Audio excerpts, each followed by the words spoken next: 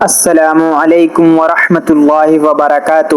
بسم اللہ الرحمن الرحیم۔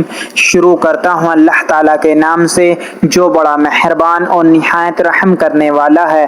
حدیث حضرت ابو ہریرہ رضی اللہ عنہ نے بیان کیا کہ نبی محمد صلی اللہ علیہ وآلہ وسلم نے فرمایا کہ رحم کا تعلق رحمان سے جڑا ہوا ہے، بس جو کوئی اس سے اپنے آپ کو جوڑتا ہے، اللہ تعالیٰ نے فرمایا کہ میں بھی اس سے اپنے آپ کو جوڑ لیتا ہوں، اور جو کوئی اسے توڑتا ہے میں بھی اپنے آپ کو اس سے توڑ لیتا ہوں۔ حضرت انس بن مالک رضی اللہ عنہ کہتے ہیں کہ رسول اللہ صلی اللہ علیہ وآلہ وسلم نے فرمایا، تین ساتھی قبر تک میت کے ساتھ چلتے ہیں، اس کے گھر والے، اس کا مال اور اس کا علم، دو واپس لوٹ آتے ہیں اور ایک باقی رہتا ہے۔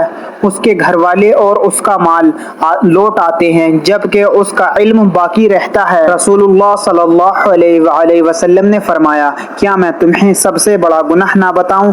ہم نے عرض کیا، ضرور بتائیں یا رسول اللہ۔ آپ صلی اللہ علیہ وآلہ وسلم نے فرمایا کہ اللہ کے ساتھ شرک کرنا اور والدین کی نافرمانی کرنا۔